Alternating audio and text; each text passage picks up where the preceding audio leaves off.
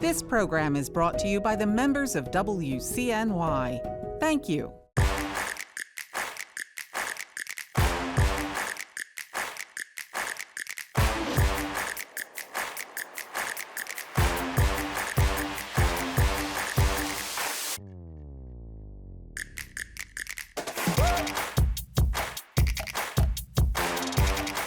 Welcome, America, to Balancing Act, the show that aims to tame the political circus of two-party politics. I'm John Katko. This week, is bipartisanship still possible? In the center ring, we'll ask Todd Kashdan, a professor of psychology at George Mason University. Then Congressman Brian Fitzpatrick of Pennsylvania and Jared Golden of Maine discuss the importance of bipartisanship in politics on the trapeze. And then I'll close with my take. But first, let's walk the tightrope.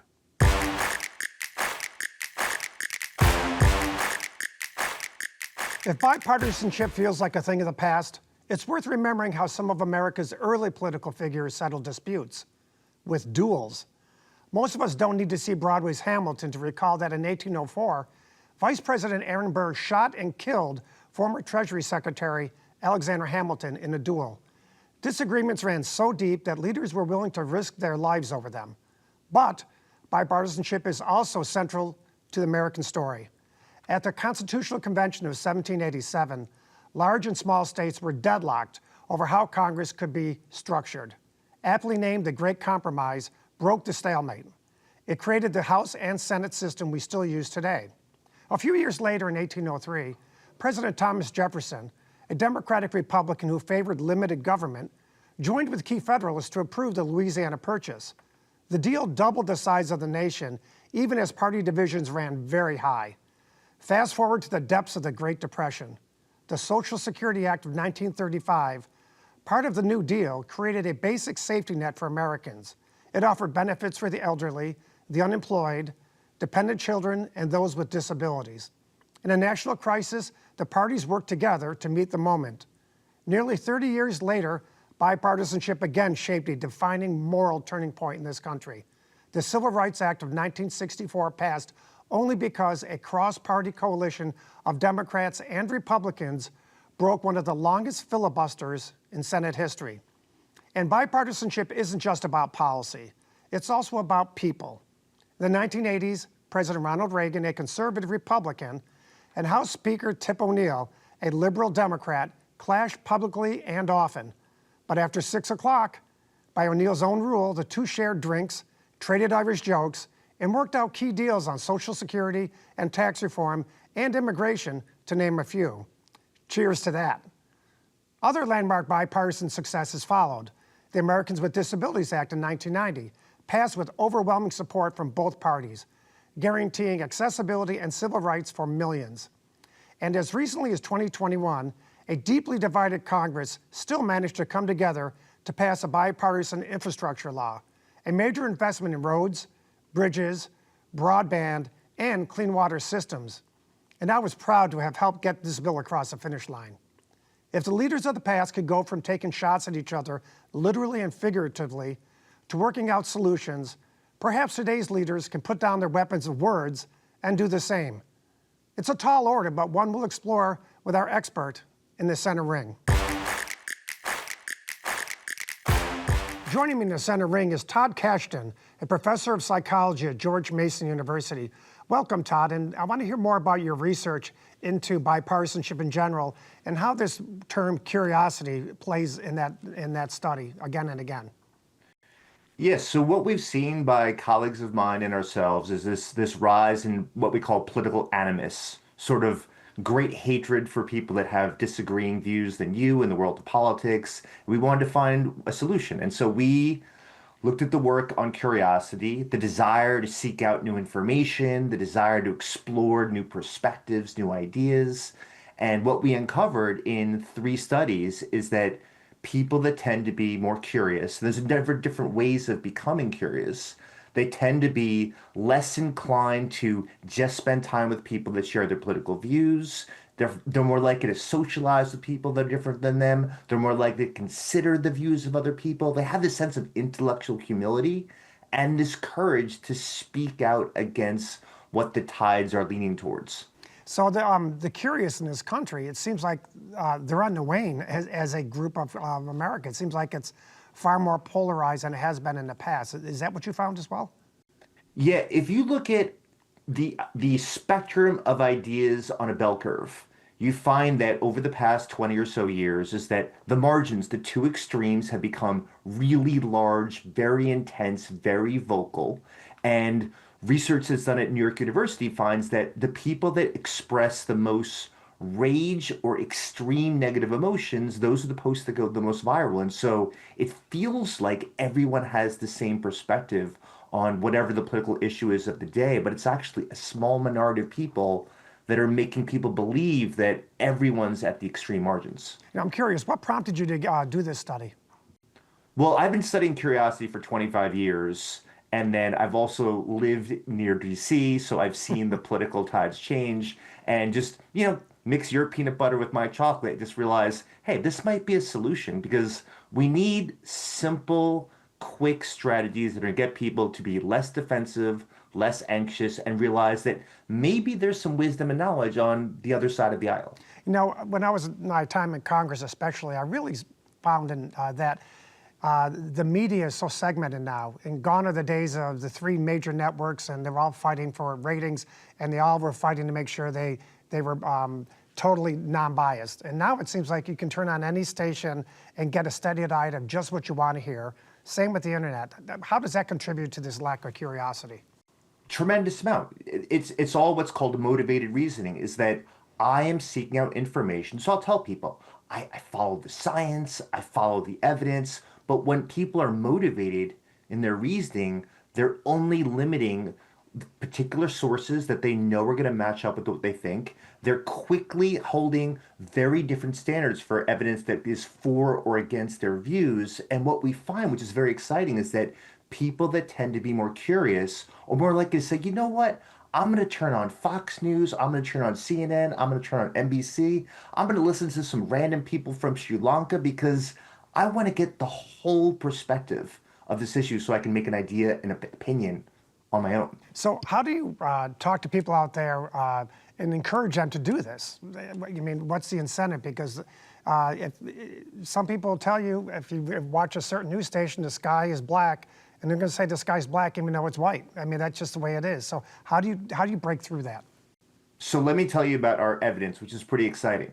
So there's this thing called the black sheep effect. And I think a lot of people nod their heads who's listening, is that when someone in the in-group, your friends and allies who think the same way, is like, you know what, maybe we should pause, maybe we're actually not answering this the right way, maybe we're taking too extreme of a view, those people get beaten down, ostracized, and excluded more than people on the other side. They're saying, you're a traitor, you're Benedict Arnold that happens here. And what we find is, when we expose people to the fact that people are less inclined to ostracize you if you disagree with the people in your group, that makes them more inclined to say, oh, if that's the case, then I'm actually going to be a little bit braver and I'm going to be a little bit more open to considering other sources and vantage points and other people that I'm going to include in my social circle because I don't know everything and I'm around smart people. So that appears to be a dangerous ground, though, isn't it? Because we've heard stories again and again, I have at least,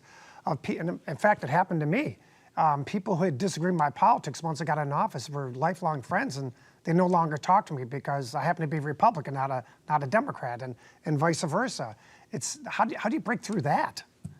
Right. So that's the black sheep effect, and it's real. Yeah. So one of the things that we know from 40 years of science is the best way to actually break down the divides between blues and reds, particularly in the United States, is to get people to engage in activities that have nothing to do with the political domain.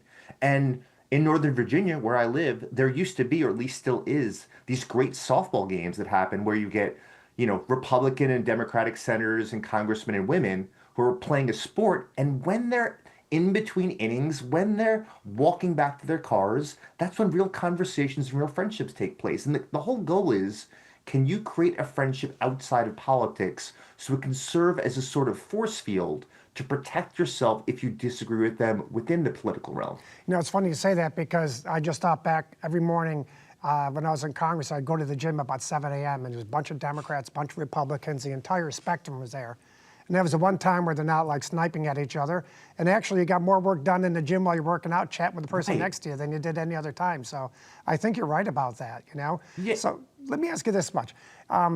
What is wagging the dog more with respect to partisanship? Is it partisan political leaders, or is it partisan political leaders doing what they have to do to get reelected by saying the things they're saying, even if they don't believe it? So, as a scientist, I like to be precise. I think we're seeing a greater level of over-identifying with our political affiliation, as that is the core element of our personality, our character, and our sense of who we are. And the more that we do that, the harder it is to actually look into the backpack with what this identity is and say, there's some things wrong with it. I agree with 83% of my party, but that other 17%, not only do I disagree, but I want to say something. So I really think what's wagging the tail is really this hyper identification. And I hope everyone listening just reduces the impact of what that political view is, as this is you, as opposed to this is one of many things I believe in. So Todd, tell us, what is the impact of social media on this whole dynamic? What you find is that the 10% at the absolute extremes of political views, so left and right, just for right now, we'll call it that, those get amplified more than anything else that's happening there, especially in the middle. And so it feels as if everyone is holding the same view, really extreme, like absolute yes, hell freaking no views that happens there. Whereas the vast majority, the silent majority in the middle, are like, sometimes, it depends. Todd, talk about being in your tribe, your circle of friends, and you all have similar political views, if you will. I go through this with a lot of my high school friends on our little chat boxing, right? And we have different views, and sometimes you just step back when you go into a different area. But how do you give some advice to people if you're trying to wade into a subject matter that you know as people in your tribe may be disagreeing with you on? I'm so glad you asked this question. Let me give you two really concrete bits of advice right off the bat. One, how is your greatest question you can ask, but the inflection in your voice is absolutely essential, where you're truly showing interest and non-defensiveness. So you would say, I hear what you're saying. It's not how I typically think about it. How would that work? And so you can see in my voice, which is I really care about what you're going to say. I'm not going to challenge it immediately. I'm going to sit and listen to it.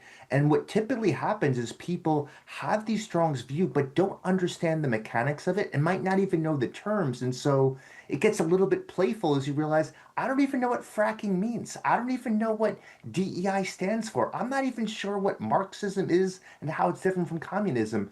And you want to get there where you can kind of just smirk a little bit and have some humanity. Yeah, that's part one. That's interesting you say that, because a lot of times I think when I say something to my friends or my friends say something to me, we have disagreeing views, our tone of voice changes, or the way we type it out on a text changes, and it gets more aggressive. So you're saying take a non-aggressive stance, and that helps diffuse it and maybe generate a conversation? And really lean on that how question. The second part, and this is even more important, this relates to all emotionally charged conversations. I call it the discomfort caveat. You can start conversations by saying, I love our relationship. I was not going to say anything, and I'm actually a little bit uncomfortable about revealing this, but just because we're talking about it, bear with me for a second because I might not get the words right. When you have this opening before whatever it is you're going to say, people's defenses come down, they get less anxious, and they become more intrigued of what's so exciting, what's so powerful that you're anxious about in the first place. Of course, you're my friend, whatever you want to say. So instead of just jumping into the topic, open up with how hard it is for you to open your mouth in the first place. And you're going to have basically this fair hearing to whatever view you have. You know, I look back to the great leaders in our country's history as a student of presidents of the past, and I look at Lincoln, and I look at FDR, and I look at JFK, and I look at Reagan, and even Bill Clinton, his personal shortcomings aside. They all had this common thing, and this common thing was the ability to lead for all Americans. How much of an impact would it be to get someone like that back in the White House again on this whole narrative? I think what happens is you've now had about 4 cycles of real extremism from one side to the other side. And normally what takes place is the pendulum basically swings too far, and so you have an overcorrection afterwards. If you have multiple overcorrections, I think you just might get to a point where people say, I just want the smartest, most rational person who actually thinks about keeping my family safe, keeping some money in my wallet, in my bank account, and making sure that the people that actually deserve to get good jobs. Todd Kashdan from George Mason University, thank you so much. Now let's take to the trapeze.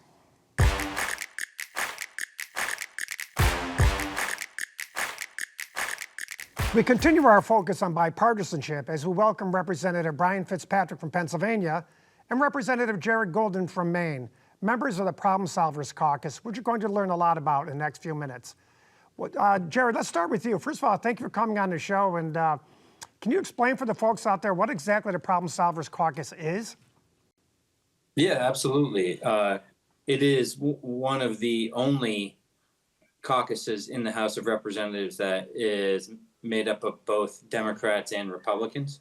And I think when you look back over the last 10 to 15 years, a lot of the best work that's come out of the House of Representatives has been, the result of hard work done by the Problem Solvers Caucus or members of it, to include, myself and Brian in particular through the years, and also you, John, when you were in Congress. I think your last big effort with the Problem Solvers Caucus was the bipartisan infrastructure law. Yeah, it was. I remember that fondly, but I also remember how much consternation it caused for the extreme elements of both parties. Anyways, Brian Fitzpatrick, I call him Fitzy because he's a good friend of mine. Brian, could you tell us, you're co-chair of the caucus. What do you hope to achieve in your role as co-chair? Yeah, thanks for having us, John. It's a two-party group. We believe in two-party solutions. It's a Noah's Ark rule. If you want to join, you have to find someone from the opposite party to join with you. So we're a 1-to-1 ratio that try to advance two-party solutions and bipartisanship in Congress, which sounds like a strange concept in this climate, but our goal is to not make it a strange concept, but to make it the norm and to take the same approach to government that we take towards our personal relationships, that you don't allow the perfect to be the enemy of the good. You take 80% of something over 100% of nothing.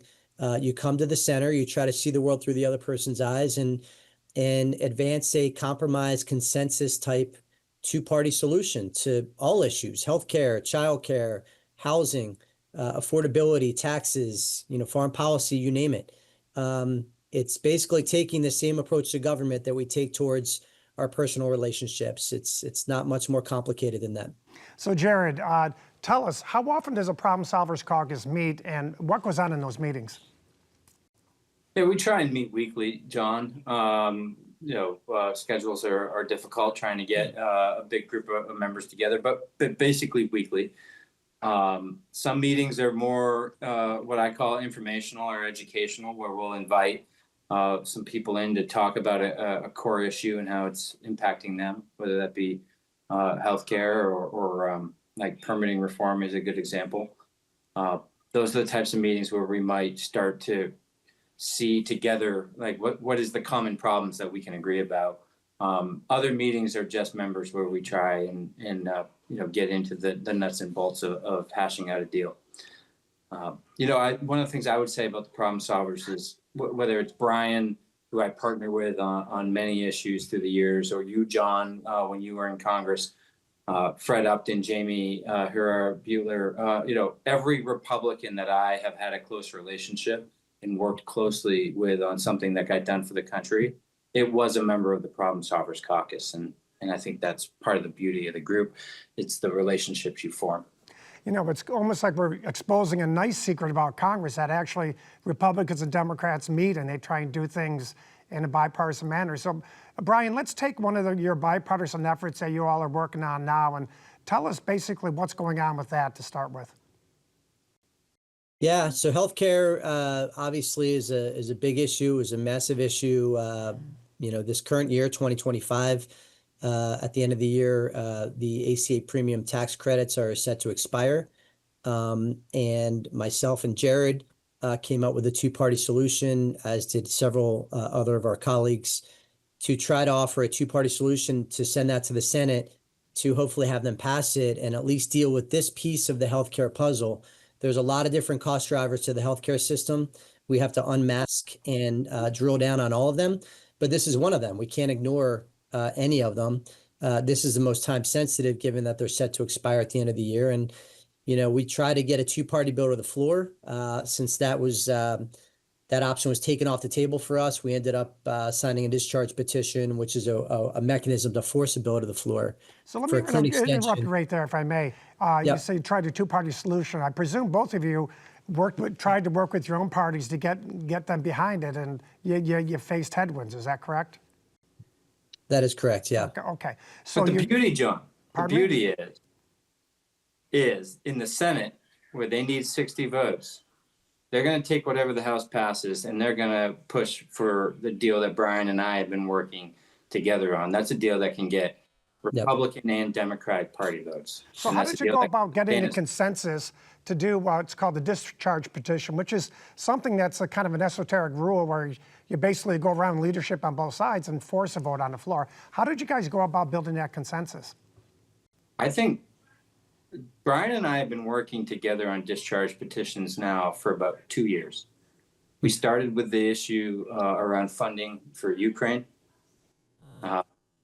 We kept the pressure on through those discussions. We didn't successfully pass a discharge, but we did keep the pressure on both Democratic Party and Republican Party leadership to ultimately do something more in regards to that conflict in the Ukraine. We did it again successfully recently, Brian and I, where we didn't agree that the president should just be issuing an executive order to do away with collective bargaining rights that were already in place and negotiated and agreed to. So Brian and I did a discharge petition. It took us about 4 or 5 months, John. But you know, one of the things I want to point out is we've really learned to create space. The process, the steps that you take and how you sequence it can determine whether or not members of both parties feel comfortable coming along with you and signing on, and even how you message it and talk about it. You have to be careful that it's a message that doesn't alienate the other side. And I think Brian and I have learned how to put forward that type of partnership in the Congress now over 7 years of working together. So Jared, I appreciate you, even though you have daddy duty going on, you're doing double duty here, and we really appreciate that. Brian, I want to give over to you now. What are some of the things you hope to achieve going forward other than the Affordable Care Act? And how important is it for you to be working with the Problem Solvers Caucus? How important is that to Congress overall? It's everything, John. You know, George Washington, in his farewell address in 1796, warned of the dangers of the two-party system. He was very prophetic, an amazing president for a whole host of reasons, including that. And here we are, you know, 2025, about to enter 2026, and you know, the strains are really, you know, tugging at the threads of our Constitution because of the two-party system, because of hyperpartisanship. And the Bipartisan Problem Solvers Caucus are really a pressure relief valve for that. You know, we're providing space for members that want to approach government like they approach their personal relationships, that believe in two-party solutions, that believe in not allowing the perfect to be the enemy of the good, and getting something done. You know, it's the same way that people manage their businesses, manage their households. We're just trying to take that same approach to government. And as far as what we look forward to in 2026, first week or second week of 2026, our caucus will be unveiling what will ultimately manifest in the Problem Solvers Caucus's affordability agenda for 2026, where we're going to identify all the pressure points in families' budgets, you know, whether it be healthcare, childcare, housing, what have you, and unmask all the cost drivers that are latent and part of each of those elements of families' budgets, and try to provide relief for them. So that's going to be our project that we look forward to aggressively moving forward. So I think I speak on behalf of all Americans when I say that I dearly hope that you continue your missions in a bipartisan manner in Congress. The American people want them now more than ever, and you're 100% right when you say that we compromise all the time in our private lives and in our business lives, and we should be doing the same in Congress, and there's not enough of it. But thank you both very much. We wish you a Happy New Year, and now it's time for my take.